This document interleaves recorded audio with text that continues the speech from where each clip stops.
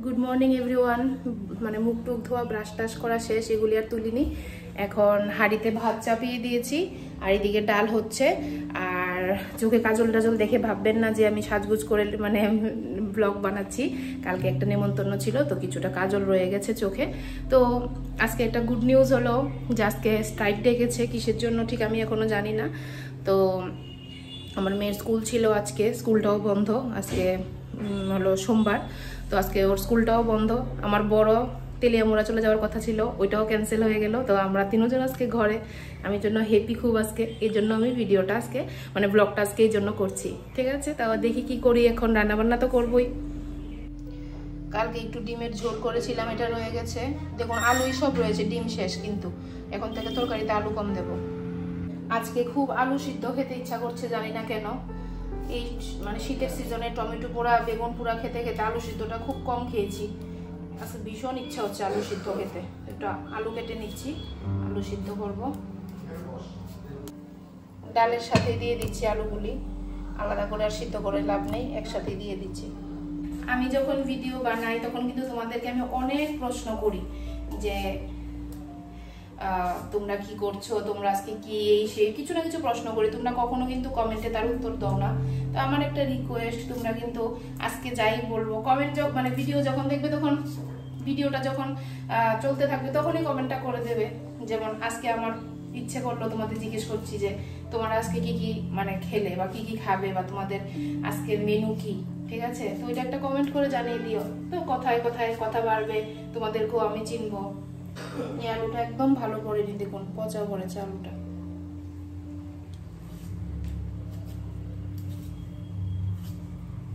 এই দেখুন আমি রান্না করতে করতে আমার বর কিন্তু ঘর গুছিয়ে ফেলছে। আমার বর কিন্তু ব্যাপার একদম মানে কি মাহির। আমি পারি না আবার ঘর ঠিক করে গুছাতে, ফিটফাট করে। আমার বর পারে, আমার ঘর সবসময় বরই গুছায়। আমি রান্নার ডিপার্টমেন্ট সামলাই আর ও ঘর গুছায়। এখন বলুন বেডশিটটা কেমন, এটা নতুন বেডশিট কিন্তু, এটা আমরা কিছুদিন আগে কলকাতা গিয়েছিলাম তখন কিনেছি। কেমন লাগলো বেডশিটটা বলুন, কালারটা। ভাতের মারটা এবার ফেলে ফেলি।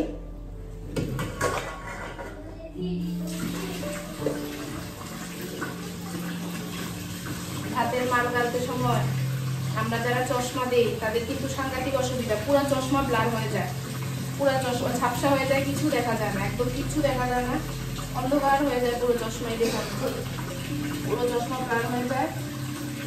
এরপরে কিন্তু এই না দেখা অবস্থাতেই কিন্তু রান্নাটা মানে মাঠটা গালতে হয়।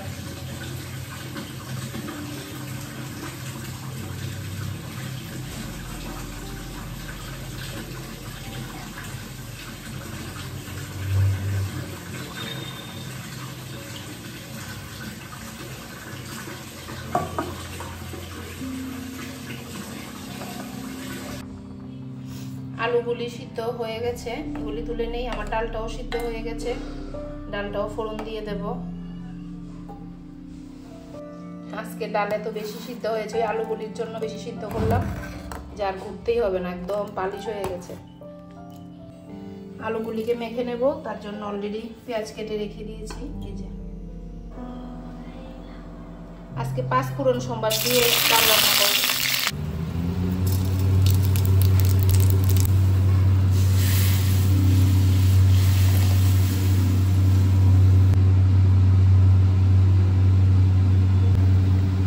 ধনেপাতা দিয়ে দিচ্ছি সম্বাসে। একটা যে সাউন্ড পাচ্ছেন হ্যাঁ সাউন্ড, এই যে এটা, এই যে ফ্যানটা, বাপরে বাপ, না হলে আবার হাঁচি টাচি উঠে এটা চালাতেই হয়। হয়ে গেছে, ডালটা নামিয়ে দিই এবার। প্যানে একটু তেল ছিল আগের, কালকে বেগুন না অমলেট জানি করেছিলাম তখন তেল ছিল, সেইটার মধ্যে আবার তেল দিয়ে দিচ্ছি, বেগুন ভাজি করব। তেলটা কিন্তু গরম হয়ে গেছে, দিয়ে দিই বেগুনগুলি। আজকে সকালে কিন্তু আমরাও ভাত খাবো, অন্যদিন সকালে খাই না, বাট আজকে খাবো, বাড়িতে আছি। আজকে প্রতিটা মুহূর্ত এনজয় করতে হবে। আলু মাখার জন্য পেঁয়াজ কুচিয়ে নিলাম, এত পেঁয়াজ তো লাগবে না, পরে কোনো রান্না করলে সেটাতে অ্যাড করবো। এখন এগুলি দিয়ে আলুটা মেখে নেই। সর্ষের তেল দিয়ে আলু মাখা ভাল লাগে, ঘি দিয়েও আলু মাখাটা ভাল লাগে।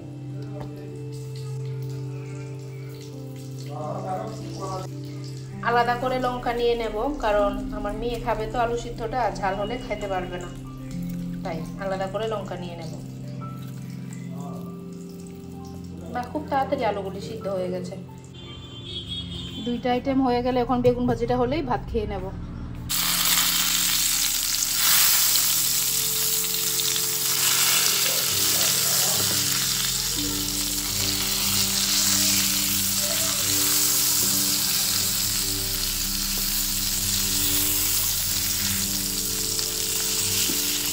বেগুনটা অলমোস্ট ভাজি হয়ে গেছে, একটু এই সাইডটা ভেজে তারপরে বসে যাব খেতে।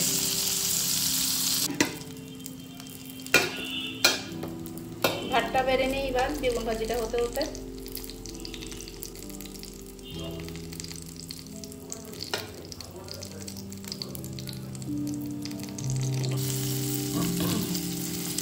হয়ে গেছে বেগুন ভাজিগুলি, নামিয়ে নিই।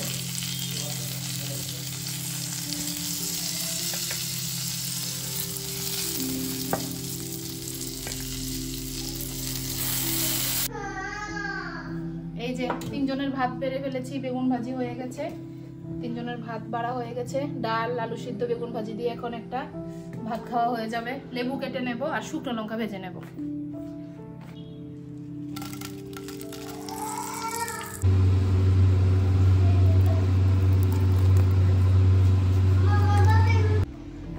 আজকে কি তুমি নিজে নিজে ভাত খাবে? হ্যাঁ, আমি খাবো তো। নিজে নিজে খাবে? হ্যাঁ।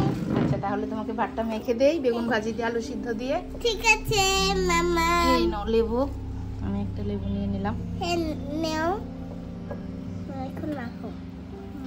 তুমি কি দিয়ে খাবে, বেগুন ভাজি না আলু সিদ্ধ, কোনটা বলো? আমি দুটোই। দুটোই খাবে? তাহলে আগে বেগুন ভাজি তারপর আলু সিদ্ধ দিয়ে মেখে দেবো, ঠিক আছে? ঠিক আছে মামা, খাও। এই তো সুন্দর করে খেতে পারে। টেস্টি। আমি দেখুন লঙ্কা টঙ্কা সব নিয়ে বসে গেছি, এখন ডাল দিয়ে খাবো। কিচ্ছু না, ওর বাবা আর মেয়ে ঘি দিয়ে খাচ্ছে, আমি খাবো ডাল দিয়ে।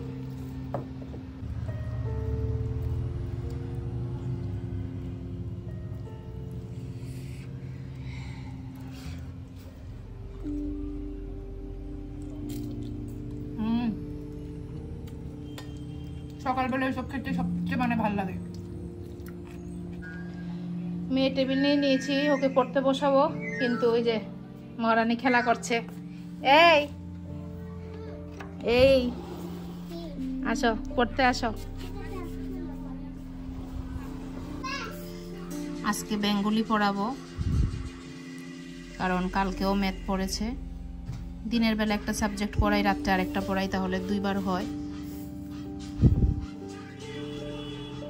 এখন মানে এখনকার দিনে নার্সারিদের যে সিলেবাস, আমি ক্লাস 1-2তেও এরকম পড়েছিলাম কিনা জানি না।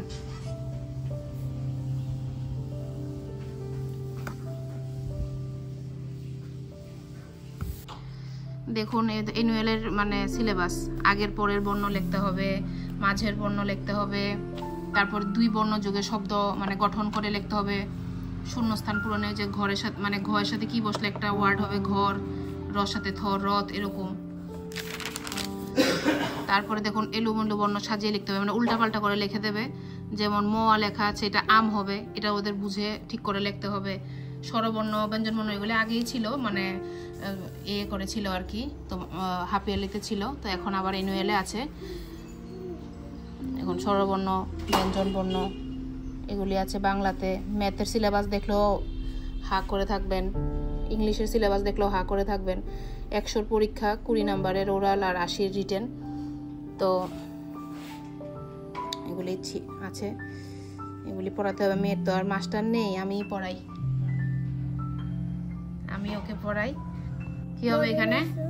ক খ গ ঘ উম চ ছ বরিগাজ ঝ নিয় ট ঠ ড ঢ মূর্ধন্য ত থ দ ধ দন্তান্ন প ফ ব ভ ম অন্তস্থীয় জ র ল ব তালিবাস্য, এরপরে মধিনাস্য না পেটকাটা মধিনাস্য, হ্যাঁ মধিনাস্য, তারপরে কি দন্তাস্য, তারপরে হ, তারপরে ডয়ে শূন্য র, দয়ে শূন্য র, ঢয়ে শূন্য র, ধয়ে শূন্য র, তারপরে কি বলো?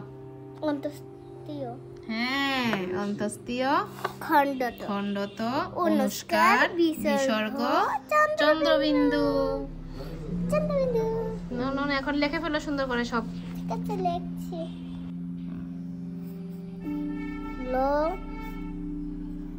ফল, বড়ি, ফল, ফল, এরপরে বড়ি গাছ, হ্যাঁ, বড়ি গাছ,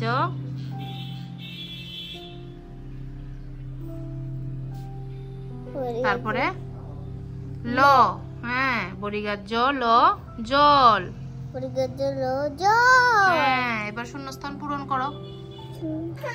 তো গাইস, মেয়ের স্নান টান শেষ, আর আজকে রান্না বলে কিছু না করতে বলছে আমার বর, বলে সকালে ভাত খেয়ে পেট ভরে গেছে।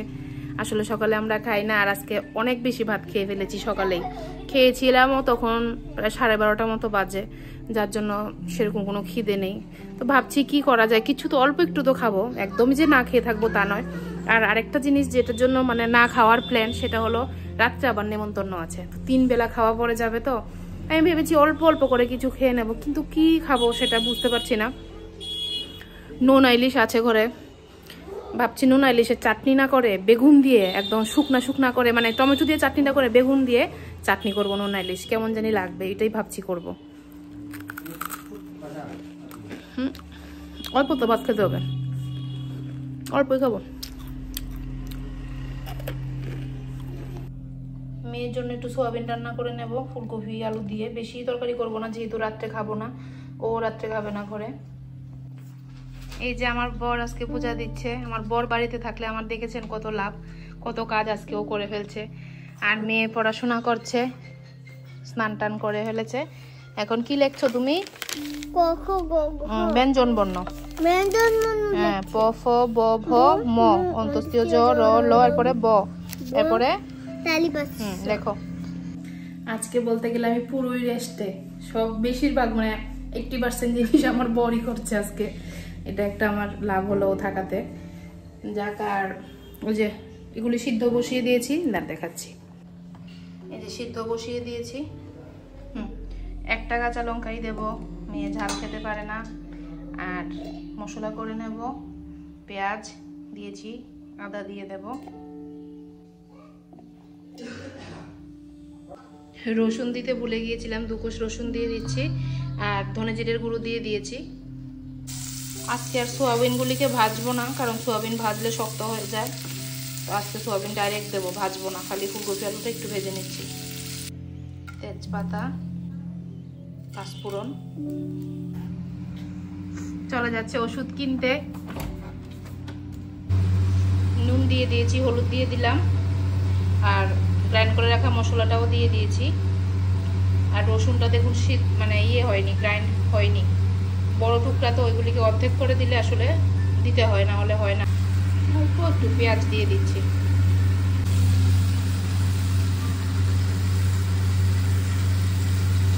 মশলাটা কষিয়ে এর মধ্যে সোয়াবিন দিয়ে দেব। সোয়াবিন তো ভাজিনি, ভাল লাগবে না, তাই মশলার সাথে দিয়ে দিচ্ছি, তাহলে একটু মশলাটাও ঢুকবে, ভালো লাগবে। ফুলকপি আলুটাও দিয়ে দিলাম, এবার ঝোল দিয়ে দেবো। মেয়ের তরকারি হচ্ছে, মেয়ের তরকারি ফুটুক, ঝোল ফুটুক, এই ফাঁকে আমি স্নানটা করে এসে বলছি। স্নান করা হয়ে গেছে আমার, ঝোলটা দেখছি একদম শুকিয়ে গেছে। আর এখন গরম মশলা দিয়ে নামিয়ে নেবো, শুধু শুধু আর রেখে লাভ নেই, আর ঝোল শুকিয়ে লাভ নেই। গরম মশলা দিলাম, এবার নামিয়ে নেব। ঝোল সকালে তো আজকে ভাত খেয়ে ফেলেছে নিজে নিজে, কেন বলুন তো? শুকনো করে মেখে দিলেও খেতে পারে, যেই মাত্র ওকে আপনি ঝোল দেবেন পুরো শরীরও ভরিয়ে ফেলবে। ওই জন্য ঝোলের তরকারিটা আমারই খাইয়ে দিতে হবে। তোমার ভালো লাগে সোয়াবিন? ভালো লাগে তো, বেশি ভালো লাগে না? না, একটু ভালো লাগে। এই সোয়াবিনটা খুব সুন্দর দেখতে। সুন্দর, দেখো কেমন হলো ঝোলটা খেয়ে। দেখছি তো গরম।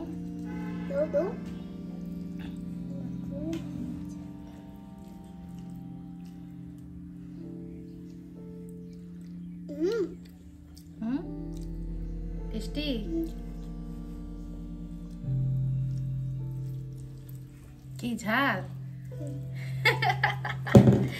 ঝাল কেন? ঝালা টেস্টি। ঝালা টেস্টি কেন? ঝাল কেন লাগবে? একটা লঙ্কা এনে দিলাম, তাতে তো ঝাল। তাতেই ঝাল? তুমি তাহলে কবে যে বড় হবে?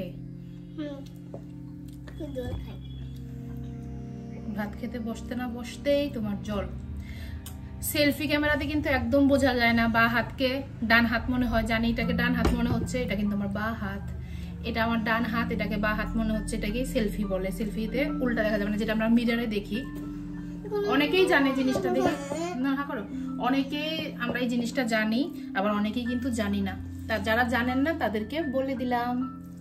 যাও যাও খাটে উঠো, ওকে ঘুম পাড়িয়ে নেই। ঘুম পাড়ালে এরপরে ইয়ে করলে করব, চাটনি করলে পরে করব, এখন আর করব না। ওর বাবা আসতেও দেরি আছে, পরে করে খেয়ে ফেলবো। এই যে আমার মেয়ের খুব বাজে অভ্যাস, আজকে 4.5 বছর হয়ে গেছে এই অভ্যাস পাল্টাচ্ছে না। এই বোতল দিয়ে জল খেতে খেতে ঘুমাবে, আর সঙ্গে এই যে আমার চুল দেখুন, জপমালা যেভাবে জপ করে এভাবে আমার চুলগুলি নিয়ে এভাবে জপ করবে, করতে করতে এরপরে ঘুমাবে। এত বড় হয়ে গেছে, এখনো এই বোতল দিয়ে শুধু ঘুমাতে সময় জল খায়, এছাড়া ভাত টাত খাবে গ্লাস দিয়ে খাবে। এই যে মেয়ে ঘুমিয়ে গেছে, এখন রান্নাটা করে নেব। কিন্তু একটা ব্যাপার আছে, এখন কিন্তু মশলা গ্রাইন্ড করা যাবে না, গ্রাইন্ডারের আওয়াজ শুনলেও উঠে যাবে। একটা কাজ করব, ছেঁচে দিয়ে দেব। ওই যে কিনেছি আমুল দিস্তার মধ্যে ছেঁচবো, মশলাটা বাসার পরে রান্না করে ফেলবো। বিশাল বড় নোনা ইলিশের চাক, বিশাল, এত বড়, এত সুন্দর আর এত ভালো পড়েছে নোনা ইলিশগুলো। কিন্তু সবটা দেব না, অর্ধেকটা দেব। অল্প দুজন এখন খাবো, বেশি করে লাভ নেই, যেই দাম নোনা ইলিশের। এই যে এগুলি নিয়ে নিলাম, এটাই বেশি এক্ষণের জন্য। নোনা ইলিশ সত্যি কথা বলতে কি গায়ে লাগে, কারণ প্রচুর দাম। যেমন 500 গ্রাম নোনা ইলিশ এনেছিলাম 600 টাকা দিয়ে, তো ওই দামে ভালো একটা মাছই চলে আসবে, কিন্তু নোনা ইলিশ তো নোনা ইলিশই, এই জন্য এত দাম। নোনা ইলিশগুলিকে আগে একটু ভেজে নেব, ভেজে নিলে সেন্টটা এসে পড়ে, তেলের মধ্যে সেন্টটা এসে পড়ে, তারপর দারুণ লাগে। এই যে আমার আমুল দিস্তা, এটার মধ্যে এখন ছেঁচবো, আস্তে আস্তে ছেঁচতে হবে। নোনা ইলিশগুলি কালার দেখলেই বুঝবেন ভীষণ ভালো, একদম ফ্রেশ নোনা ইলিশ, মানে বানিয়েছে যে বেশি দিন হয়নি, হয়ে গেছে বাটি। এই দুটো নোনা ইলিশের জন্য কত বড় বাটি নিয়েছি দেখুন, এটা ভরিয়েছি দেখে আর বাটি ভরাতে ইচ্ছা করছে না। কত বাটি ভরাবো বলুন তো, বেশি বাটি ভরিয়ে লাভ নেই, তাই এই বাটিতেই করে নিচ্ছি। তেলও বেশি দেয়নি, নোনা ইলিশটা এমনি তেল বেরিয়েছে একটু। কি কি দিয়েছি দেখুন, 4 কোষ রসুন, 4টে কাঁচা লঙ্কা, 2টো শুকনো লঙ্কা। এগুলি ছেঁচতে ছেঁচতে আমার এদিকে পেঁয়াজটা ভাজি হয়ে যাক।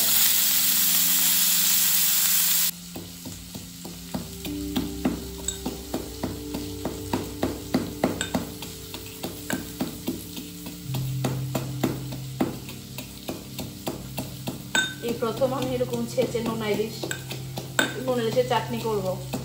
ভেবেছিলাম না বেগুন দিয়ে করবো, বেগুন দিয়ে করবো না, এমনিতেই দেখি না একদিন, খারাপ লাগবে না। আদা ছেঁচা ভাঙা এগুলির একটা টেস্ট আছে।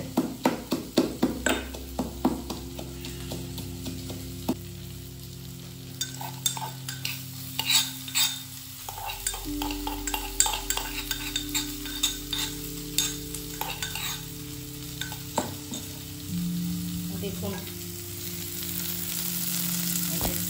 আদা কেটে নিয়েছি,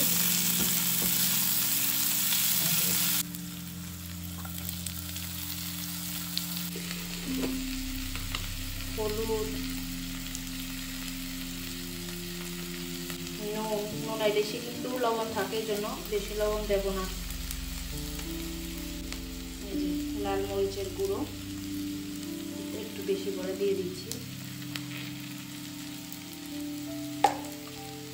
এটা কিন্তু কাশ্মীরি নয় যে ঝালের জন্য দিয়েছি, আর কালারের জন্য দিয়েছি, এটা কিন্তু ঝালের জন্য দিয়েছি, কালারের জন্য নয়। অল্প একটু জল দিয়ে দিচ্ছি, নয়তো কি বলুন তো, এই যে মশলাগুলি দিলাম, মশলাগুলির একটা তেতো ভাব থেকেই যায়, একটু জল দিয়ে দিলেই তেতো ভাবটা চলে যাবে। এই অল্পই দিচ্ছি, একদম অল্প। এখন নুন ইলিশগুলি দিয়ে দেবো।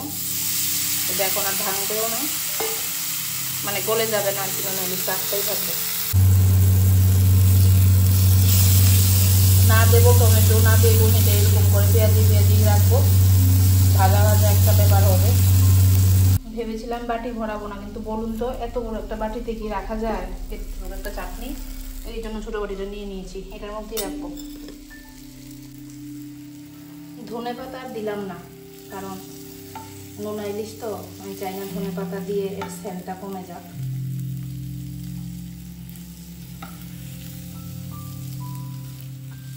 ধনে পাতা দিলেই মানে এমন না যে কমবেই, দেই একটু ঝোল করলে কিন্তু দিতাম, কিন্তু এখন কেন জানি মনে হচ্ছে একটু ভাজা ভাজা তো ধনে পাতাটা সেন্টটা, এটা মানে নোনা ইলিশের সেন্টটা একটু নষ্ট করে দেবে।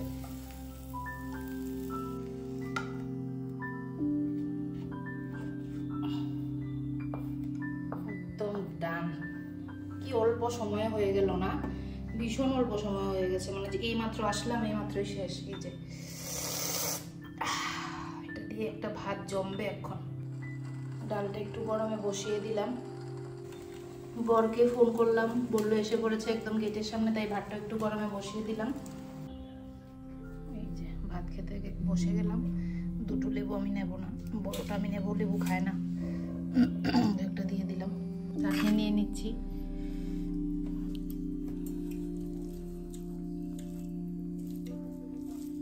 বসে গেলাম খেতে।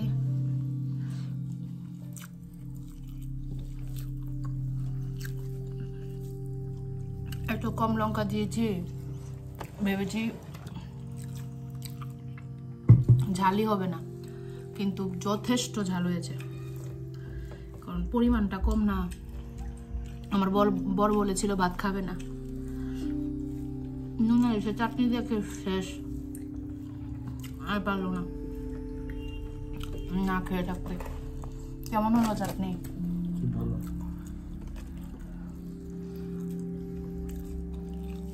অন্ধকার লাগছে, খাই আমরা। সন্ধ্যা হয়ে গেছে, এখন একটু শুভ।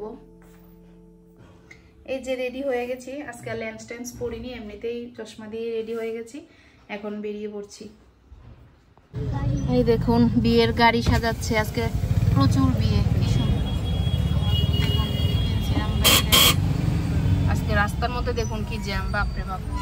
সরস্বতী পূজার মূর্তি এসে পড়েছে, কি সুন্দর সুন্দর। আর তো 2 দিন, মানে 1 দিন পরেই সরস্বতী পূজা। না আমি যখন ভিডিও করছি তার 1 দিন পরে, তোমরাই ভিডিও কবে দেখবে জানি না। এই দেখো কি সুন্দর সুন্দর সরস্বতী ঠাকুরের মূর্তি।